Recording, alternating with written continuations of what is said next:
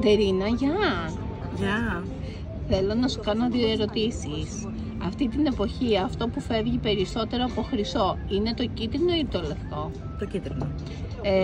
Πες μου έναν λόγο που αυτή τη στιγμή υπάρχει μια αύξηση στο κίτρινο ενώ παλιότερα είχαμε στο λευκό.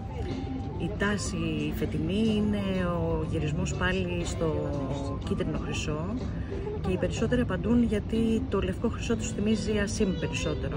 Οπότε η ποιότητα φαίνεται καλύτερα στο κίτρινο. Ωραία. Άρα είναι θέμα ποιότητας, ότι το κίτρινο φαίνεται πιο ποιοτικό σε σύγκριση με το λευκό. Σωστά. Ωραία, ευχαριστώ. Παρακαλώ.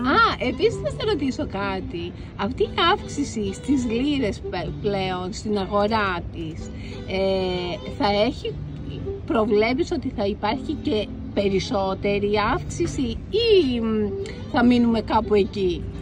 Τις τελευταίες μέρες πήρε μεγάλη αύξηση και θα αναμένουμε και μία μικρή αύξηση μέσα στο 26, το πρώτο εξάμηνο του 26. Ωραία, σε ευχαριστώ πάρα πολύ. Θα επανέλθω. Ναι, επανέλθεις. Φιλιά!